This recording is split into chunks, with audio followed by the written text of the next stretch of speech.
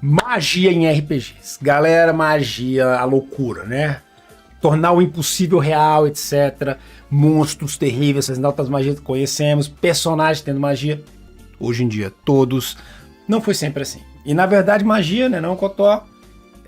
O Conan matava quem? Ele matava guerreiros?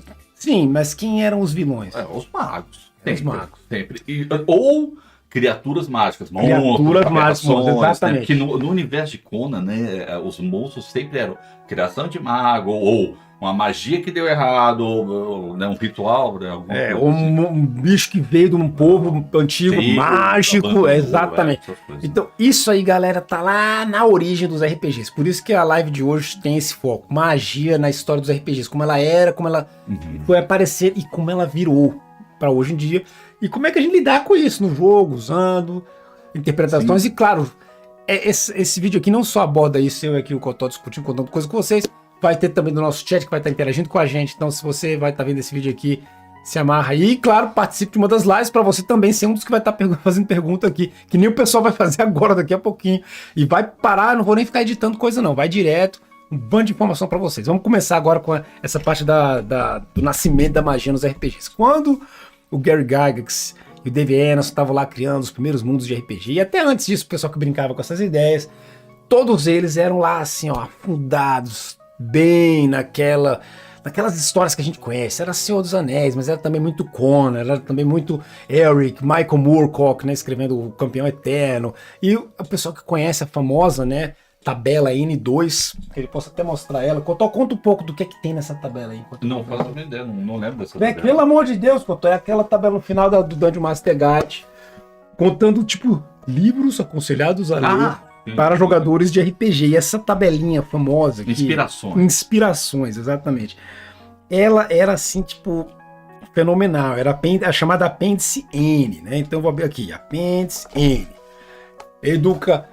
Coisas educacionais inspiradoras. Então tem essa lista aqui de livros. Tá? Porque isso aqui é na primeira edição do Dungeons and Dragons. Isso aqui é a edição de aniversário dela. E aí você vai ter aqui de cara já... Lovecraft, né? Pessoal que gosta de Cthulhu vai saber. Michael Moorcock, já acabei de falar, é o pai do alinhamento, de certa maneira. Entendeu? Aí gente, é uma lista aqui que vocês vão vendo. A Tolkien, né? Hobbit. E alguns são mais obscuros, mas é tudo nessa tradição. Né, exceto assim do Sword and Sorcery, a gente vai ter essa tradição aí do pessoal da fantasia. E a magia nessas paradas, como né, Cotó você falou, é do mal. Tem algumas exceções. Vamos falar uma exceção aí. Tolkien mesmo, né? Se você for ver o Gandalf, apesar que ele tá semi-limitado a usar magias, né, na Terra-média e tal, e tem o lado bom da magia também. Isso. Você pode ver os elfos, é uma coisa natural, mas é uma coisa mágica também. Quando eles curam os outros, sempre é um efeito mágico. Uma coisa um efeito mágico também. Pois é uma coisa boa, né? Eles conseguem quase curar o Frodo lá depois ele tomar aquela estocada dos Nazgûl e tal. E a magia, quando ela aparece nesses negócios, ela é sempre uma coisa muito respeitada. Ela não é algo comum, não é algo que todo mundo tem, não é algo que qualquer Zé Mané ali na esquina faz. Tem um ou outro desses caras da fantasia que naquela época brincava com essa ideia de magia ser comum? Tinha. Mas a maioria fazia magia ser algo realmente longe. Em geral, longe e perigoso, porque o ser humano, né, o que não conhece, não gosta.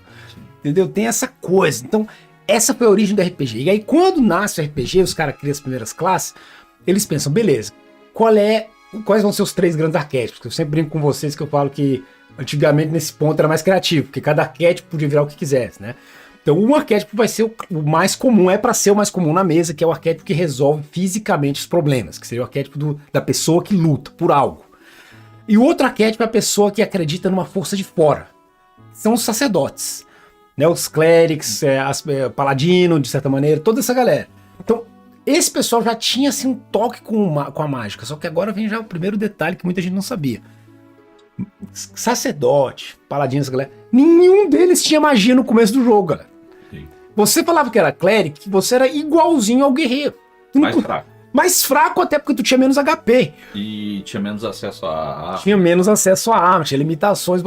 Por quê? Porque magia era uma coisa meio que santa, sacou? Agora o mago, o cara que falava, não, você é um usuário de magia, né? Então você caía naquela coisa da bruxa, do feiticeiro. Você não só tinha magia, como você era considerado como um estudioso. O teu personagem, com certeza, pelas regras antigas, era mais velho. É alguém que ficou lá estudando o livro, tentando entender como se juntar os elementos. E por isso era, por um lado, respeitado, mas também temido e talvez até odiado. Então, ser mago era algo penoso. Isso era refletido nas tabelas de experiência, que significava que para você se tornar um mago poderoso, tu tinha que, ganhar muito XP. Os outros já passavam de level muito mais rápido. Porém, e não era um erro do jogo, era uma característica que se você joga de mago, você tava tipo meio que pagando pra ver. Você falou, eu vou suar, meus pontos de vida são uma desgraça. Eu vou penar os primeiros, pelo menos 3, 4 levels do jogo. Em geral, eu sou meio que uma bomba atômica, né? Eu tenho tipo um efeito que é estupidamente forte, por exemplo, a magia dormir naquela época. Caraca, derrubava tipo 16 orcs, cara. Não era assim, 10 HP de orc, aí cai um. Não, era 16 orc, era bolt, acabou. Quem tá acompanhando o Ravenloft, o Charme Person que o Sam usou. Nossa, escravizou o cara. Ele que cancelou o efeito, porque senão o cara ia ficar lá no Charme, sei lá quantos dias, semanas, meses. Pois é, isso aí, tá, né? Quer ver um esquema de jogo antigo? Vai lá dar uma olhada na nossa live. Charme Person é absurdamente forte. Absurdamente Imagina level baixo, né? Baixíssimo. Isso mesmo. Então, isso era difícil, sacou? Mas quando você chegava nos levels altos, e level alto eu tô falando de level 5, subitamente você era o personagem mais tora do jogo, e era pensado, isso era de propósito, não existia aquela ideia de que todas as classes são equilibradas, não existia isso. O cara que escolheu ser mago, ele escolheu, eu vou sofrer pra depois ser o mais tora. Se sobreviver. E era, né, relativamente difícil. Aí você tinha umas classes assim meio que no meio, como o druida, né? O druida, ele tinha o desafio dele era diferente.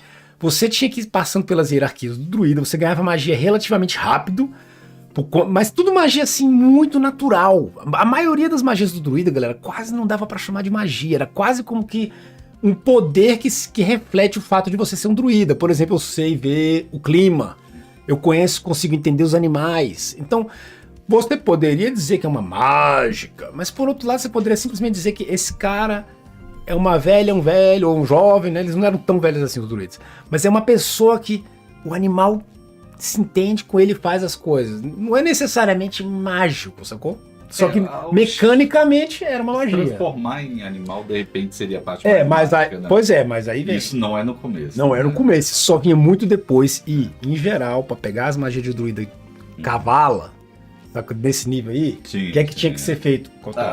O cara passava de level, passei de level, tenho magia, vou virar um Olber. Como o Gellner falou, né? Você tinha que, digamos, derrotar o druida de hierarquia acima da sua. Exatamente. Que nem um místico, né? Exatamente. Então, tinha isso do desafio mesmo. Se você não conseguisse isso, cara, você voltava o level e aí tinha que ganhar o XP de novo. No caso dos druidas, os desafios em geral não eram até a morte, né? Eles tinham só que...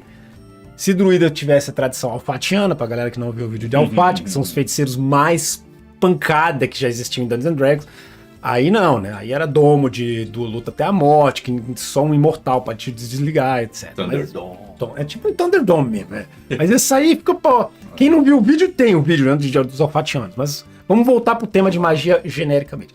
Dalbany Save or Suck é um negócio cruel demais, né? Pois é, e aí quando eles fizeram isso, as magias elas eram muito variadas e únicas. Então quando você vai ler as magias aqui nos livros antigos, elas tinham os componentes materiais e tal, e o fera é que a maioria dos componentes materiais era uma brincadeira com coisas que fariam esse efeito realmente acontecer na vida real em alguma forma. Então, por exemplo, quando você pega os componentes da bola de fogo, que era uma bola de enxofre com pelo de morcego e tal, é tudo componente que quando você mistura seria o básico para fazer pólvora, sacou? E fazer, né, os componentes químicos para ter pólvora. A magia mensagem, de você mandar uma mensagem para alguém, é uma cordinha com tipo algum tipo de objeto de lata. Imagina, é a latinha de criança falando ali, não sei o que. Um monte dessas magias antigas é assim. Pra quem não conhece, pega teu livro do jogador antigo do teu pai lá, do teu avô, e vai dar uma olhada, é muito engraçado. Os componentes eu sempre achei uma coisa que é subutilizada. Por dois aspectos. Da pessoa ser obrigado, né? O caster, né? Ser obrigado a carregar um monte de quinquilharia e coisa, né? E a galera facilita muito, até alguns RPGs mais atuais componentes mágicos. Aí tu acabou, tu tem um saco de componente. E não acaba nunca, né? O cara 5 anos aventurando com um pautzinho. E outra é a questão da limitação. Você dá um hold no cara, ele não consegue movimentar, né? Que nem movimento somático, vocal, né? E para mim a questão do componente, se você for utilizar bem, é muito limitante. Por exemplo, o cara atravessou um rio. Tem algum componente que pode ter estragado ou não? Pois é, isso é muito interessante. Os magos, eles tinham esse lance. Você é poderosíssimo, você é. Porém, esse poder não vem à toa. Você tem que ter esses componentes, tem que ir atrás dos componentes. Eles mesmos escreviam que ir atrás dos próprios componentes era uma aventura em si, galera. E outra, os componentes, em alguns casos, eram uma forma de equilibrar a utilização da arte sombria, né, da magia, porque magia nessa época era assim. Então, inclusive para os sacerdotes também, porque muitas magias eram estilo Conan, né, vem da tradição de feitiçaria e espadas, né, Sword and Sorcery, eram umas coisas meio do capiroto, até os deuses não queriam te dar esse poder. Então, várias magias, por exemplo, vamos começar por umas básicas, ressurreição. Custava um nível de grana que os jogadores não iam ter assim ali na esquina. Eu mestrei há pouco tempo um Fortaleza na Fronteira, né, o Keep on the Borders, um clássico aí, e depois de várias sessões aconteceu aquele, claro, né, uma hora morre alguém. Aí morreu lá um jogador, inclusive o cara que não queria ir na aventura, falou, vamos para outro lugar, os outros não, vamos para cá. Pagou com a vida. Os outros com um sentimento terrível, mas sortudos, porque a gente jogou, né, random, um tesouro e saiu um tesouro maravilhoso. Aí pergunta, Ladob, a gente realmente saiu uma grana sinistra. Não dá para ressuscitar esse cara, não. Eu falei, meu chapa, onde vocês vão achar um sacerdote desse nível? Ah, vamos fazer uma pequena viagem. Aí fizeram uma viagem, foram lá, encontraram a matriarca de Petra, e aí aquela grana, era joias, baú cheio, tiveram que levar 2 caras pra carregar a grana e proteger também o comboio. E aí fizeram chance de ressuscitar ainda, né? Porque em Dungeons & Dragons original você não tem garantia que a sua alma quer voltar. Você tem que fazer um check pra ver se a alma realmente quer voltar pro corpo. Aí no caso do cara deu sorte, voltou pro corpo, perde um ponto de constituição permanentemente, volta. Então a morte não é assim só um empecilho no jogo, ela é um momento sério, que custa recursos e os jogadores têm que pensar bem. Nesse caso aí específico do Res Dead, né? Na 5ª edição eles dão uma facilitada nisso, nos componentes. Porque é um diamante e tal, é uma grana, tal, mas assim, o que é mais difícil? Você ter X de grana ou você ter uma coisa que vale, mas é aquele específico? Que até você conseguir o diamante nesse valor, diamante. Não é assim, um monte de diamante nesse valor, não. É um diamante que vale. Eles deram uma complicada nisso, agora pensando. É verdade, pensando, mas aí claro que depende também do nível de estresse que o mestre quer botar na mesa em relação a esse tipo de coisa. De qualquer forma, a gente agora tá indo muito pra parte mecânica. Sim. Vamos continuar na parte da história da magia nos RPGs. De qualquer forma, isso aí de magia no RPG, gente, depois foi ampliando, né? Foi se tornando uma coisa muito, digamos assim, muito massa. Porque todo mundo queria então jogar de mago de alguma maneira. Ser, por exemplo, um guerreiro mago. Ou um sacerdote, misturar. E aí, claro, a galera foi percebendo que era bom dar mais poderes. Assim, o novo design de RPG foi aquele de vamos botar alguns dos poderes semelhantes à magia nas outras classes também, para poder elas não se sentirem inúteis. No caso dos RPGs tipo Dungeons & Dragons. E em alguns outros RPGs eles foram colocando muitos desses efeitos mágicos como parte do cenário até. Né, a gente tem vários elementos do GURPS lá, onde tem cenários baseados 100% em magia, umas paradas dessas. Resumo da ópera. A magia vai se tornando uma coisa mais e mais comum nos RPGs. E mais comum nos cenários de RPGs. Até em Dungeons & Dragons. Por mais que o cara fale, eu sou fã de OSR, eu gosto de RPG raiz, que não sei o quê. Cara, você vai pegar um Reinos Esquecidos, chegou na 2ª edição, já ferrou tudo. Entendeu? Na primeira ainda vai, na segunda já foi. Até os caras já pagaram o pau pro negócio de bora botar magia em tudo, bora encher o mundo. Entendeu? E aí, cara, subitamente isso aí foi... É uma coisa que a galera não foi notando, a galera foi pilhando e aí desandou um pouco.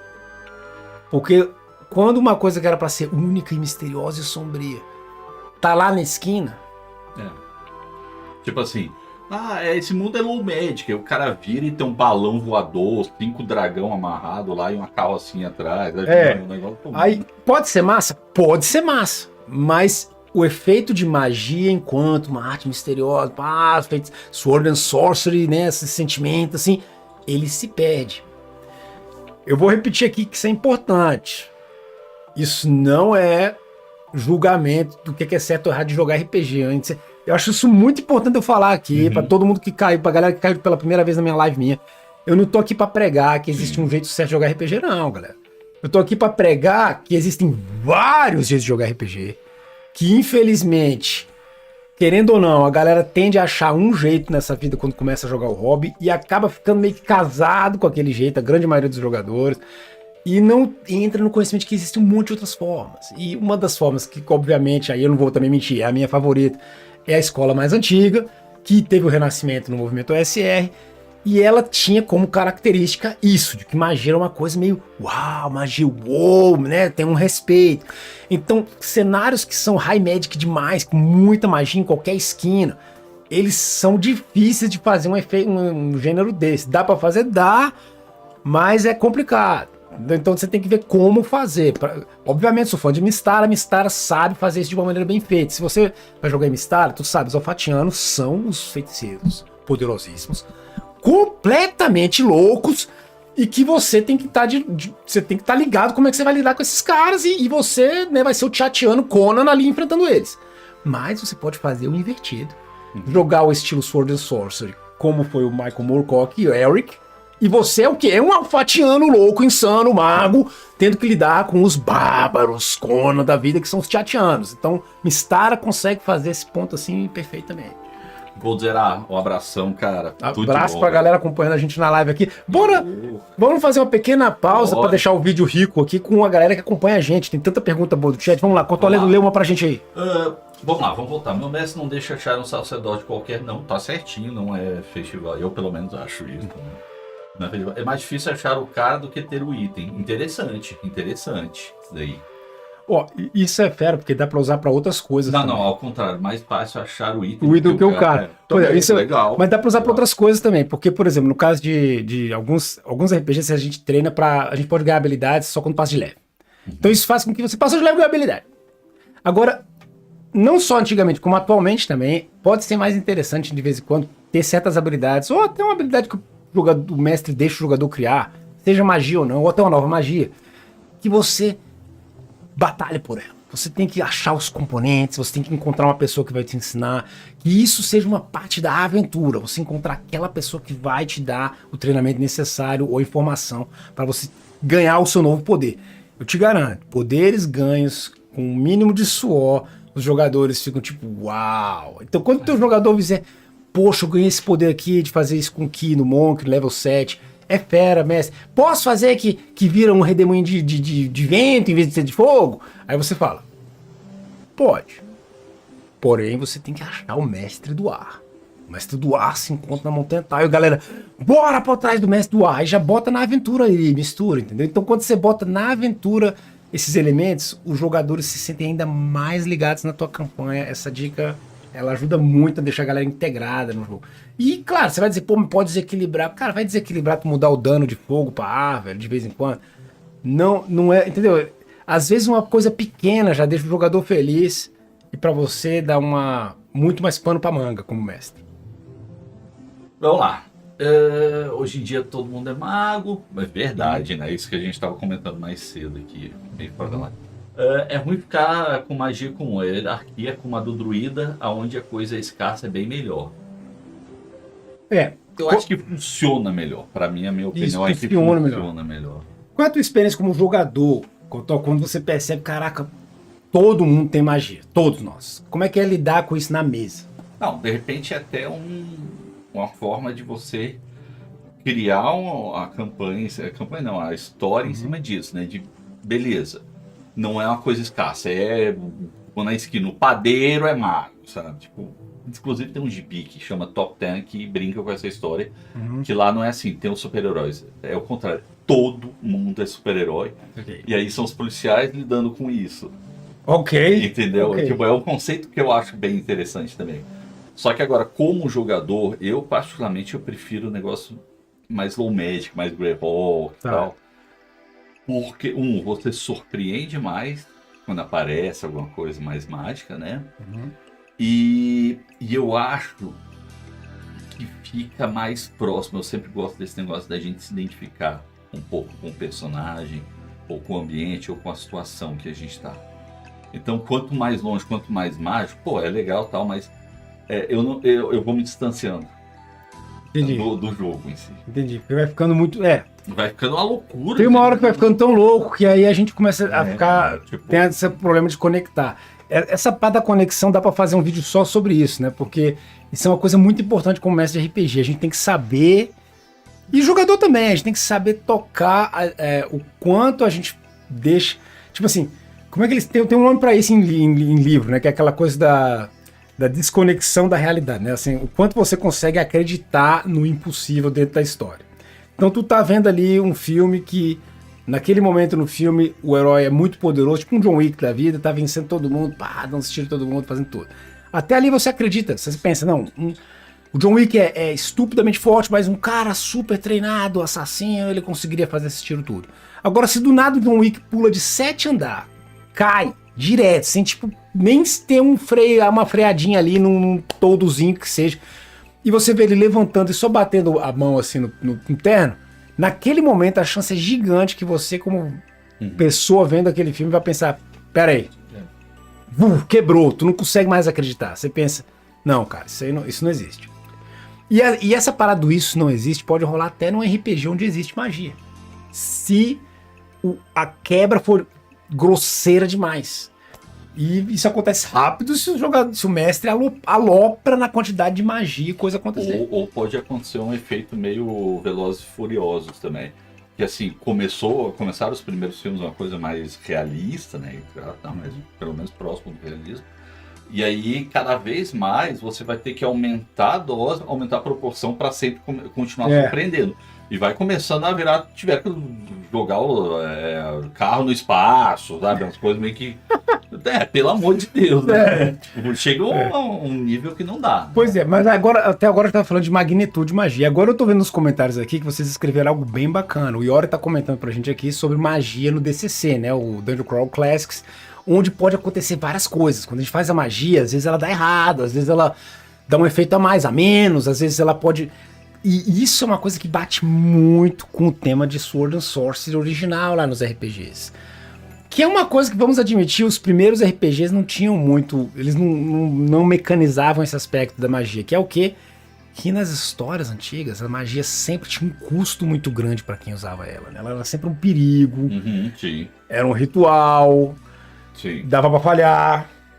E normalmente falhando dava alguma merda. Uma merda maior do que a magia. Exatamente. Si, né? E são poucos os RPGs que se deram ao trabalho de lidar com isso, né? A gente tem uns que se dão especificamente com magia, como Horas Mágicas, mas, por exemplo, Earthdown também mexe um pouco com isso, Shadowrun mexe com isso, que se você falha na magia, né? E no caso, o excelente exemplo do DCC, onde tem as tabelinhas. Agora, algumas variações do Dungeons and Dragons também. A gente tem no Ravenloft, né, o Sam. Sim. Galera que viu a live aí, o último sabe. Eu avisei lá pra ele, ei, se você usar um feitiço de enfeitiçar alguém, que legal, você enfeitiçou o cara. Mas enfeitiçar alguém é tirar a vontade dessa pessoa, de certa maneira é uma mini escravidão ali, um controle. E isso aí, os poderes da escuridão lá de Ravenloft amam essas paradas. Então quando o seu personagem faz isso, tu tá pisando um pouquinho ali no lado sombrio da força, tu tá começando a se corromper. E eu quero que tu interprete isso, teu personagem vai criar esse gosto pelo poder.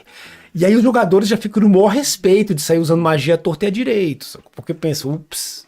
Tu vê como é que eles colocam no Ravenloft essa questão, né, da magia, vai corrompendo também o usuário, que deveria ser também uma questão ética, tá? Também, né? No caso do Shard Pass, Domination. Exatamente. Eu acho muito legal isso, é mais bobinho, mas eu acho bem legal. Eu gosto da história do Harry Potter, que tem aquelas 3 magias que são proibidas, né? E uma é controlar.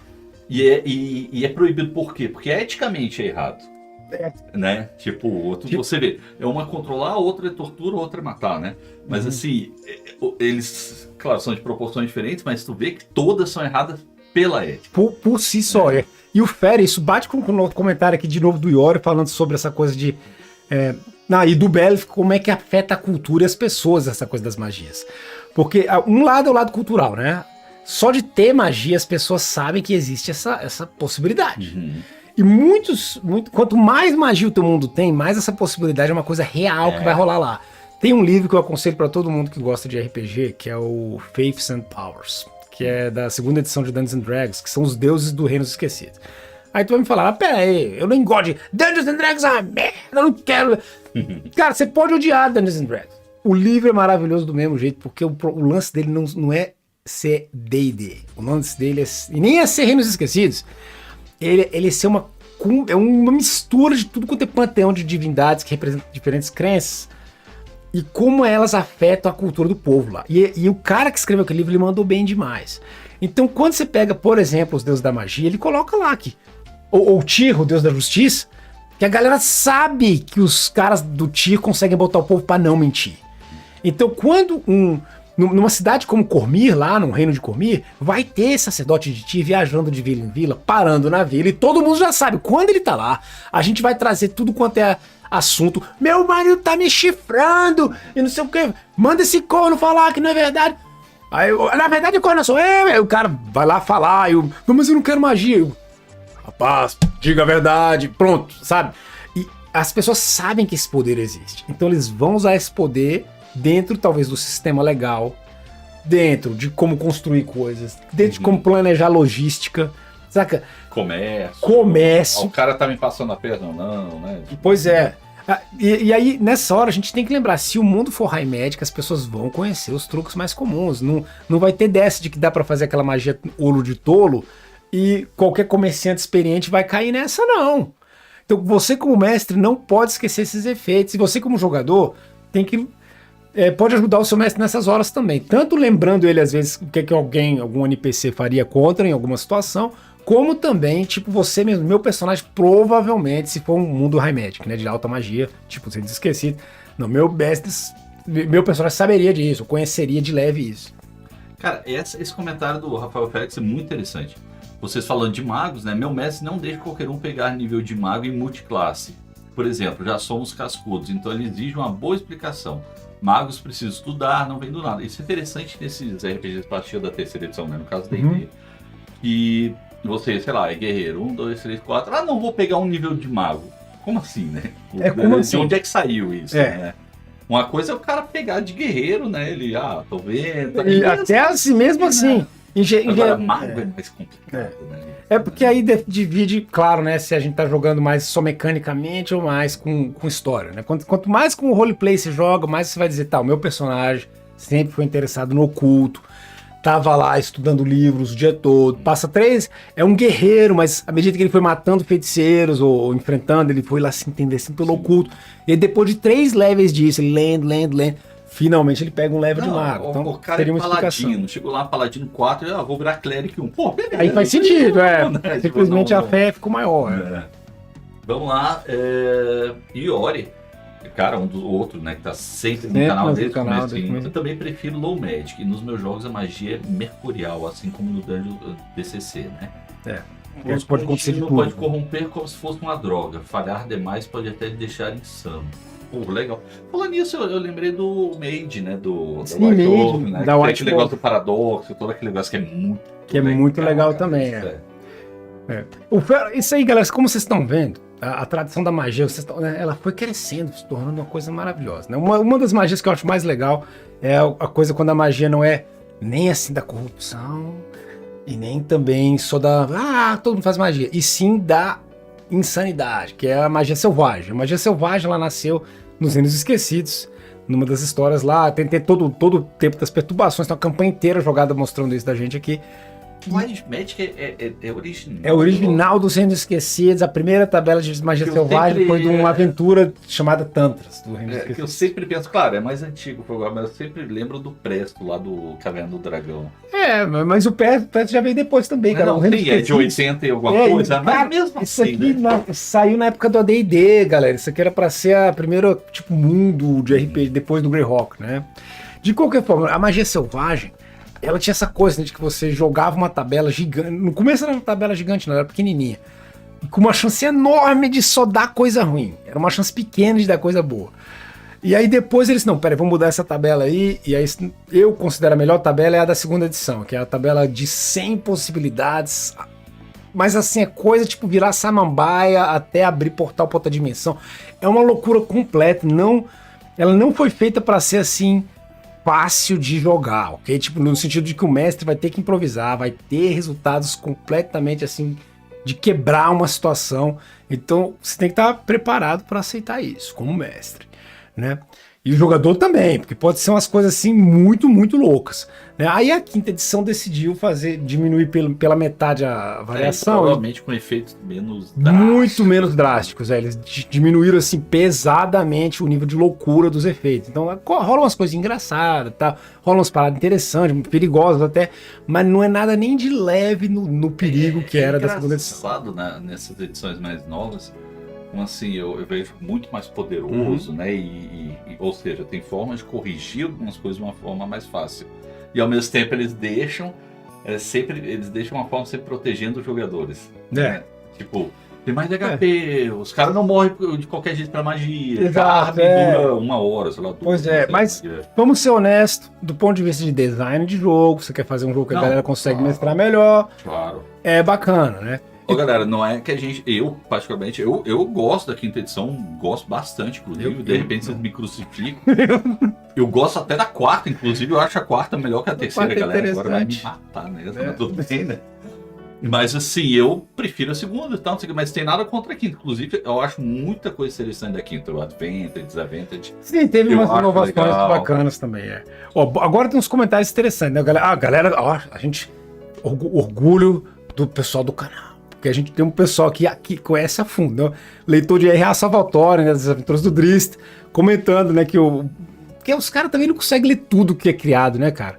O Salvatore não sabia lá a diferença dos bárbaros de Ulfgar com os outros bárbaros, as culturas dele, como é que eles seguem lá o negócio, tu comenta isso. Caraca. Mesmo assim o livro é fera, né? Só que, imagina, era tanta gente produzindo tanta coisa diferente. Inclusive a gente teve uma conversa interessante sobre isso, eu e o Couto. Vamos fazer um parênteses aqui nesse vídeo. Ele falou, poxa, mas não entendo por que esses caras seja Hasbro, Wizards of the Coast, por que eles não simplesmente reciclam esses livros tudo das antigas, reedita ali bonitinho, com novo desenho, e bota de novo, até nada na onda do OSR, que seja, né? Tá perdendo dinheiro pros caras do Old Dragon, sacou? E eu falei, cara, eu acho que é porque provavelmente eles têm problemas de contrato gigantes, porque é tanta gente que trabalhou nesses livros antigos.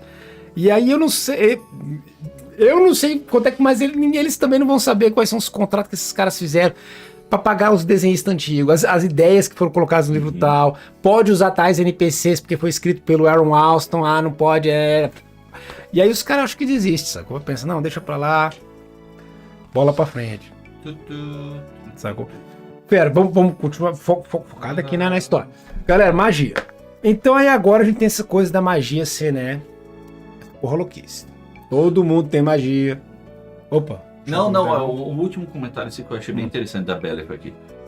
Uma coisa que eu não gosto quando torna a magia muito comum é que geralmente não faz isso afetando o mundo. Exato. Apenas magos continuam possuindo a magia. Eu gosto de um jogo trabalhando isso. Eu também adoro. Inclusive, eu acho que até não é só questão de facilidade pro mestre, mas eu acho fantástico a ideia de que, assim, tem aquele mago lá que vive na torre no reino de blá, blá, blá, blá, e a gente tem que correr atrás dele. Não que a gente tenha um mago no nosso grupo, entendeu? Eu acho que fica mais verossímil, tipo, os jogadores não serem magos. Ok. Entendeu? E aí agora vem... Pelo menos mago. Agora, antes de eu entrar no tema de o quanto os poderes mágicos podem ser distribuídos por um mundo de RPG, eu vou pegar o tema que o Couto falou e o nosso chat aqui, sobre como é que é aplicar essa coisa de ter muita magia ou não, e como até corrigir isso, vamos dizer assim, fazer uma boa solução para isso dentro dos RPGs modernos, seja quinta edição, Tormento, que seja. E é o seguinte, galera. Quando a gente olha, por exemplo, no quinta edição, né, de D&D, todo mundo tem magia. Todo mundo. Não, mas o Fighter não... Tá, uma subclasse dele, talvez duas não tem. Barbárie, assim. Uma subclasse do barbário, o resto tudo tem. Se não tem magia, tem alguma coisa muito semelhante a poderes mágicos, né? Qual é a diferenciação de magia ou não? Magia é qualquer coisa que faça algo que no mundo do jogo seja considerado, na verdade, impossível ou completamente para além do que uma pessoa normal ali, que não tem treinamento nenhum e nem sequer consegue tocar os elementos do multiverso, consegue fazer. Então, o fazendeiro ali que ele sabe só plantar mesmo, ele não consegue falar com o elemento da terra para fazer a planta crescer mais rápido, esse cara não sabe fazer magia. Agora, na hora que a galera começa a ter magia, todo mundo tem magia, aí você se pergunta, beleza, então vai ser comum demais, não vai ser considerado especial. Então, o que é considerado especial? E aí é que rola a inflação. O cara que tem magia ainda mais tora. Então, essa é a diferença essencial entre Greyhawk, né? Se eu pego aqui, vamos visualizar a coisa. A gente tem aqui de um lado um Low Magic por excelência, Greyhawk. E aqui a gente tem um High Magic por excelência, Forgotten Realms. Se bem que nessa época aqui ainda não era tão sinistro, mas já era mais que Greyhawk. Nos Reinos Esquecidos, o Elminster é level 29. Isso nas edições antigas. Não tinha nem explicando o que queria dizer se é level 29. Sacou? Enquanto que o mago mais tora, Mordenkainen, líder dos 8, no Greyhawk, o cara é 17. Ele tem uma magia de level 9. Só que ele é o único cara em toda a off que usa essa porra dessa magia.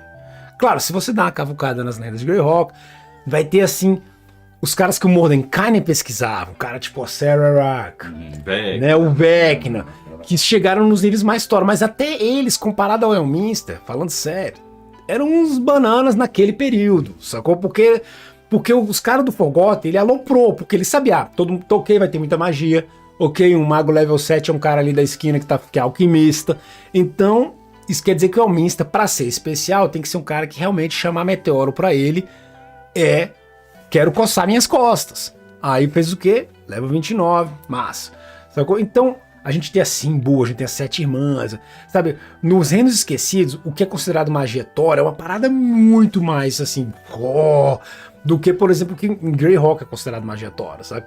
E quando você faz isso e distribui diferente os níveis de poderes no seu mundo, universo mundo, assim, você tem que levar isso em consideração. E aí, uma forma de dar uma aliviada pro mestre nessa é você falar que tudo quanto é coisa que é mágica em personagens que não necessariamente precisariam ser mágicos, um bom exemplo é o Ranger, você pode considerar que a grande maioria das magias são, na verdade, simplesmente efeitos do treinamento deles. Então, especialmente na quinta edição, é muito fácil para quase todas as magias do Ranger simplesmente dizer que foi um treinamento. Então, o cara fez entangle? Não, ele preparou ali umas redes especiais e tal, o inimigo apareceu, pá, joguei a tal das redes, sacou? E aí você pode supor que um Dispel Magic dos oponentes, quando usa, simplesmente são capazes de desatrelar essas tentativas das pessoas. Aí você com isso só tá fazendo um reskin de tudo, né? Você na verdade não tá mudando mecanicamente nada, mas você tá tornando o mundo do jogo mais real. E aí facilita para você essa coisa da verossimilhança, das pessoas se assustarem ou não com magia, etc, etc. Aqui, vamos lá.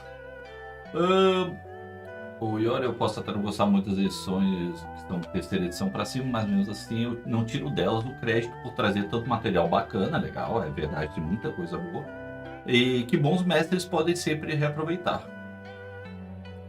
Tá, essa pergunta do Lohan eu não faço a mínima ideia como responder. De onde veio essa coisa que todo mago tem uma torre de magia? Não faço a mínima ideia. Isso é uma parada muito... Isso veio das lendas já lá do medievo, não é verdade, né? Sim, porque a ideia é de que o feiticeiro, eles em geral tinham um local... de estudo. De um local, não só um local de estudos, como eles eram protegidos pelos reis, né? Nas grandes maioria das histórias, os feiticeiros precisavam de proteção, porque eles eram, em geral, doentes, frágeis, justamente por estar tão ligados a essas coisas vis, sabe? Como eles faziam pacto com o demo, né? Porque originalmente era meio que o capiroto que dava magia pro povo, na maioria das tradições, né? De alguma maneira. E aí, então eles tinham que ficar... Porque essa coisa do mago da torre é bem europeia, né? Eurocêntrica. Então, o feiticeiro tinha que ser protegido. Para isso ele ficava onde? Numa torre no castelo. Então ele tinha a torre mágica dele. Então um feiticeiro poderosíssimo não ia ter uma torre do castelo de um rei. Ele ia ter a torre dele, gigante, protegido por monstros. E aí no caso do D&Dzinho BX, você inclusive tem as regras até para construir tua torre e ganhar teus seguidores que te protegem. É muito doido. Né? Inclusive essa parte de que muitas vezes o poder vem de um demo, essas coisas. Tem uma parte interessante lá da questão do Yus, né? Que ele é filho de uma grande maga com demo. E aí você vê a evolução, como é que era o nível de poder antes. Porque assim, antigamente era o Yus, filho da maga, com aquele demo, né? Um Demon Lord, alguma coisa. E ele é o quê? Sei lá, level 13, 14, alguma coisa assim. A maga também devia ser por aí, alguma coisa assim, né? Level 13 e 14 já era considerado feiticeiros muito top. Porque a ideia de que se você chegava no level 11, você era um wizard, um mago. Antes disso era tudo treinamento quase. Então só no level 11 é que você era um mago mesmo. Aí tu tinha magia de 6º nível, que na época era o último nível de magia. Sabe? Então, mas olha só, é porque eram 13, 14, vamos botar nessa faixa, né? Sei lá, a maga que conseguiu se relacionar com o demo, né?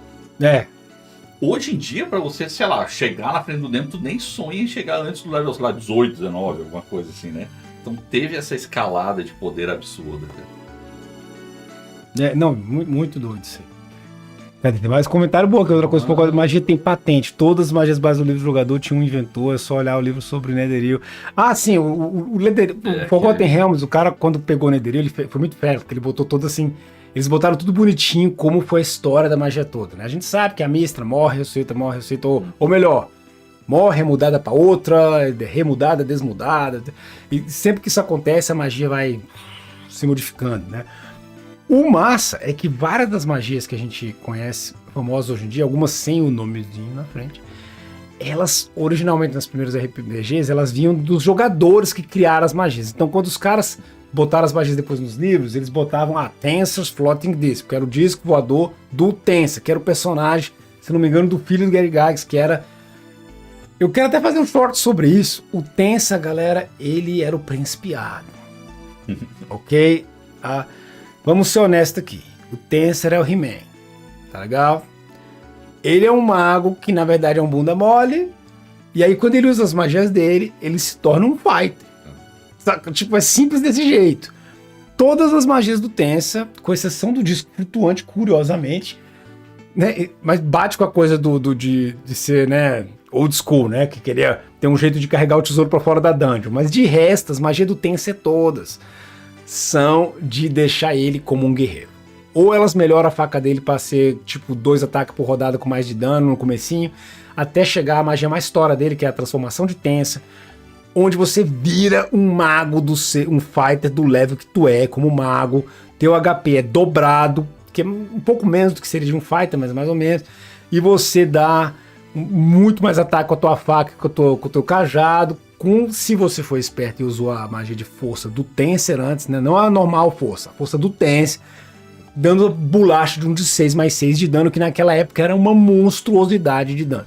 Então é muito engraçado. Sacou? Era realmente eu tenho a força, He-Man, e era lá ele lutar. Você vê que as magias também, essas Tenser, né? A da Tasha, do Mordecai. As magias eram muito mais individuais. Eu acho que porque no começo os magos eram muito mais campais, até pensando em jogo de tabuleiro, né, jogo de guerra. Sim. Então as magias eram mais de afetar em área. E de repente tinha uma necessidade de ter magias mais individuais ou algo que afetava só uma pessoa. De repente... Pode ser. Isso é uma boa teoria. Isso é uma teoria, galera. A galera aí que dá uma cavada aí nos... Porque realmente várias dessas magias vieram dos jogadores criando coisas. E realmente, né? As magias originais era tudo realmente... o mago é quem dá dano de área nos exércitos. Então era Fireball, Lightning Bolt, que era canhão e catapulta, respectivamente. Não tô brincando não, tá? As regras eram assim até, inclusive. Tinha chance de errar e tal. Veja um vídeo sobre Chainmail que eu fiz aí. Aí não. Os caras, vamos criar umas magias pra afetar aquele cara. Eu quero encantar aquele cara. Não, eu quero fazer... E aí, não, tem que carregar o tesouro. E aí foram nascendo essas magias diferentes que a gente hoje em dia tem, né? A lista aí clássica. A grande maioria dos RPG repete as magias tudo. E nesse sentido eu aconselho a vocês, se vocês gostam de magia nos seus RPGs, explorem os outros RPGs que têm a tradição de explorar só magia como tema. Exemplo, Ars Mágica, Mage the Ascension, essas paradas. Porque neles, às vezes, o jeito de usar magia, como as magias fazem coisas, etc., eles são mais expandidos para aquilo que a gente vê, especialmente na quinta edição. Não, a terceira eu não vou nem falar mal, não, porque ela tava de boa, mas a quinta, por causa de design de jogo, eles quiseram fazer tipo uma coisa de simplificar o estilo que as magias funcionam, e simplificaram meio que, vamos dizer assim, eles foram para um lado demais, sacou? Ficou tudo muito igualzinho, muito simplificado, e perdeu aquele sabor. Se você ler o Faiths and Powers, galera, pô, tem magia específica para cada divindade, e é super específica, às vezes nem é boa, mas o sabor da magia é grande demais. E traz um sabor pro personagem, né? Inclusive, era esperado que você, como jogador, queimasse a tua grana que você pegou nos calabouços, né? Nos dédalos, como eu ouvi falar que a galera fala, às vezes, o quê? Em criar magias. Então você ia criar, falar, mestre, tô pensando na magia tal. O mestre definia que leva a magia é, o jogador podia dar uma sugestão, mas em geral tinha ali tipo uns parâmetrozinhos. E aí você falava, massa, pagará mais ou menos 1.000 gold por level de magia. E aí tinha que fazer um cheque que era relativamente difícil de conseguir de cara já criar a magia, não conseguiu, beleza, tu ainda tá pesquisando, na próxima vez mais grana, né, em item mágico, gente, o que quer que seja, pode verificar se conseguiu agora realmente inventar. Então, essa coisa do mago ser um personagem criativo era mais forte.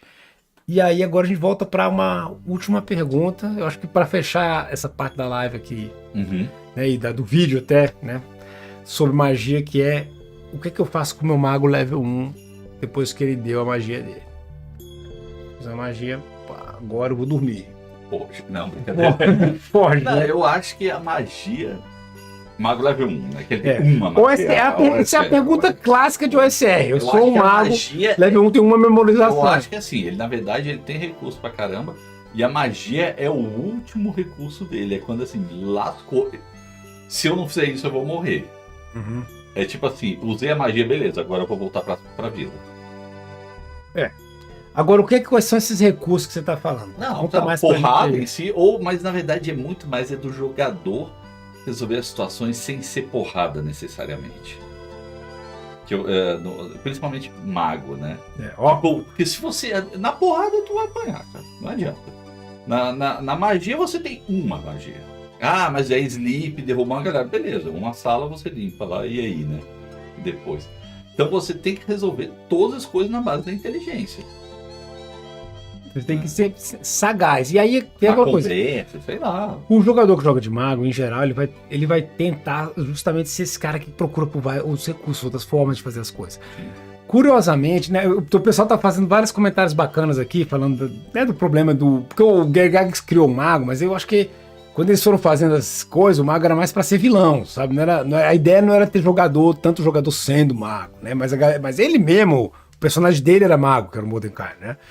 E os magos iam ficando fortes e isso dificultava as aventuras, né? Porque para ele próprio, né, naquele processo de criar o jogo, né? Quanto mais forte o mago ficava, mais caraca, e agora? Uau, como é que eu vou desafiar esses caras?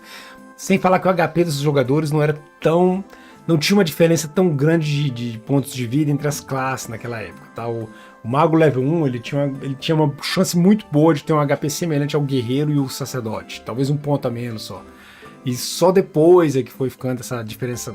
Mas não demorou muito não para ter essa diferença que a gente hoje em dia conhece, bem grande assim, né? O Lohan, realmente, mago tinha 3, 4 facas, ficava arremessando. Ou funda era bem comum. Funda também era comum.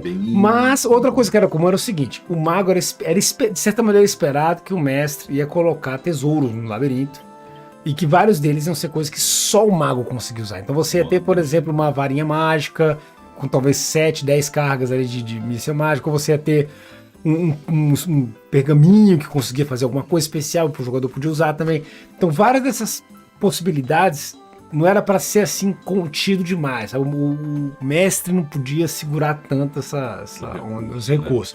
Outra coisa é que você, como mago, podia escrever pergaminhos com algumas das magias relativamente cedo. Acho que no level 6, se não me engano, já podia começar. E aí você já podia preparar essas paradas para levar lá os seus scrolls. Tudo isso você gastava. Tudo isso era maneira de drenar a grana que vinha do labirinto também. Assim, a grana vinha do labirinto, tu queimava ela pagando para pergaminho de couro, de escroto de búfalo, para poder fazer lá uma magia força, entendeu? Por exemplo, entendeu? E aí levar contigo. Então você tinha vários scrolls, né, os pergaminhos, pra poder utilizar essas magias. Então isso era uma outra forma de lidar com isso. Tinha mais recurso nas aventuras originais, mais antigas. Era mais comum a galera ter mais item. Pote de cura temporário, sacou? Que, assim, né? De certa maneira eles botavam os potes de cura em qualquer esquina, como se fosse assim um pouco que, umas bruxas espalharam ali, sei lá. Isso aí era engraçado, porque a magia era considerada rara. Mas os itens que essa magia um dia criou, especialmente os itens temporários, tá? Pergaminho, coisa que usa, que gasta. Elas não eram vendidas pra lá e pra cá, mas elas eram achadas. Recursos de tesouros perdidos. Mas sai também do conceito de que, assim, você tá lá no dungeon, né, no Delo e tal, pra encontrar tesouros. Então lá tem que, né, pela lógica, tem os tesouros, né, lá não tá indo lá só porque, não, tem uns monstros ali. É porque justamente, né, isso, a motivação, quando a magia era tão forte, era você, eu vou na dungeon, pra ter a grana pra criar magia, mas pra achar coisas mágicas que eu vou poder usar, misturar, criar. Por quê? Porque não tinha essa coisa de que só de eu existir eu passo de level em algum momento, e porque eu passei de level e eu existo, é tão legal que eu ganho magias. Olha que coisa maravilhosa. Então, não era assim. A ideia de que só as primeiras... O seu livro de magia, ele tinha mais ou menos... Era uma magia por level de magia... Por página e só até o level 5. Era considerado como se fosse o treinamento de um mago, virar um taumaturgo. Dali em diante, você tinha que achar as magias nos labirintos. Ou encontrar algum mestre que te ensinasse. Mas tu não ganhava automático magia. Então isso era uma forma também de nerfar o poder do mago. O mago é ultra tora? Quer ficar mais tora? Quero. Então vai se aventurar. Tu tem uma motivação clara pra isso. Vai se aventurar pra você ganhar esse poder. Senão não vai rolar. O Guilherme tá perguntando pra gente...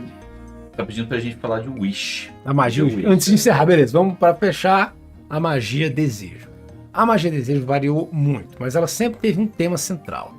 Que é o clássico que o desejo tem que ser muito bem falado, elaborado, exato. Sabe, já desde sua origem, tá escrito. Vamos dizer assim, não vou parafrasear, mas era mais ou menos assim: se o jogador vacilar, monta em cima. Sabe, a ideia era realmente dar até o desejo. Mas sempre tem que ter um porém, sempre tem que ter assim uma bagunça ali, não é assim tentar que... Tentar ser literal, eu quero a espada mais 5, aí caiu espada e mais 5 espadas, né, tipo... Porque que é uma espada mais 5? Eu quero ter força 18.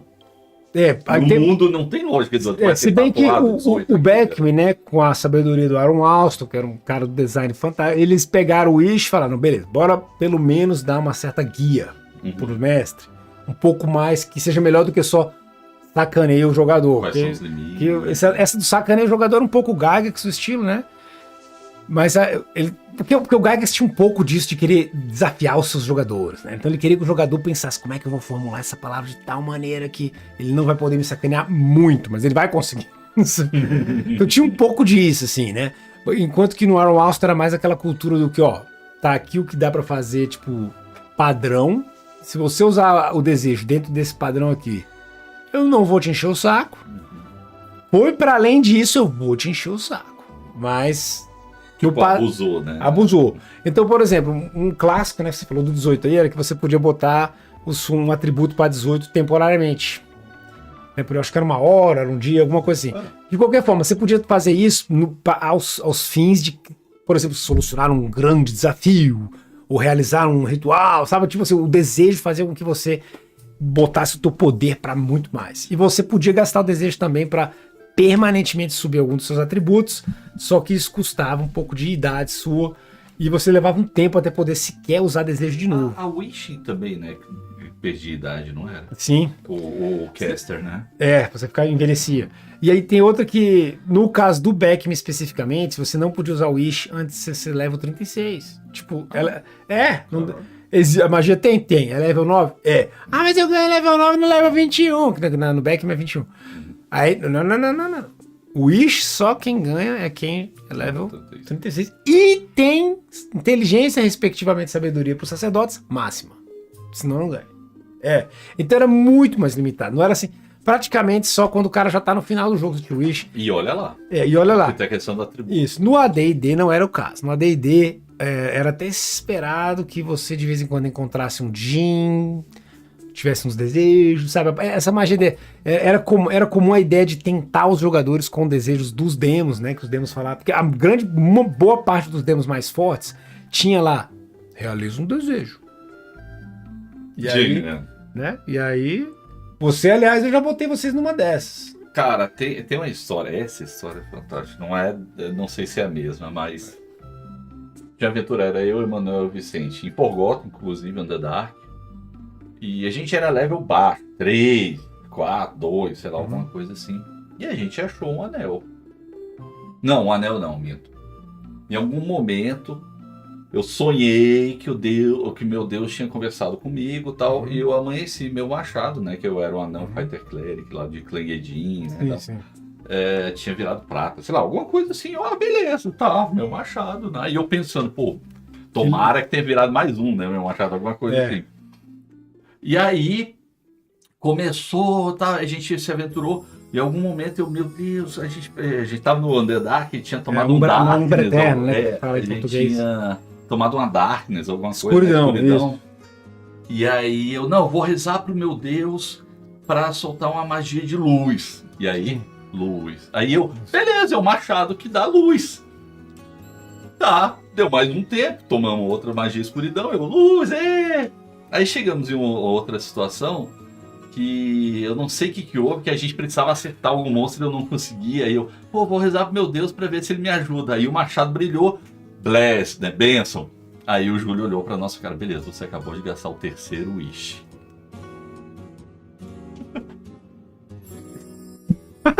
Ele tinha botado 3 wish no machado, level muito O machado baixo. tinha 3 desejos. Só que eu não falei, né? Eu falei, não, você tem um machado aí que parece místico e tal. Ok.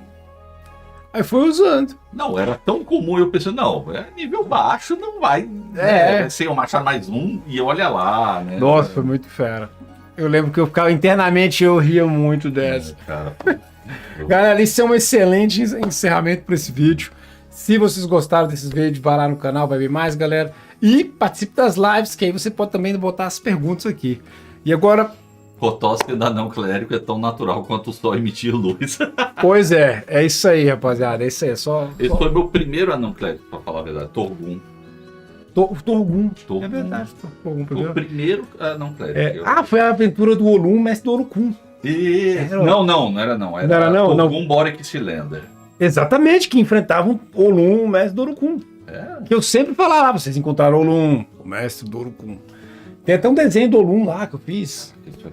Eu acho que tem lá em cima nos arquivos. Inclusive, posso fazer uma live dessa pra vocês, que eu tenho os mapas do Underdark que eu desenhei lá da época da aventura do Cylinder, que esses 3 tinham que descer na Umbra Eterna, a aventura inteira. Foi uma campanha toda só na Umbra Eterna. Eu tinha acabado de ler algumas aventuras do Drist, né, do R.A. Salvatore. Tava inspiradíssimo pra mestrar no Underdark. Aí eu mestrei essa campanha, foi maravilhosa. Foi uma campanha fenomenal, né?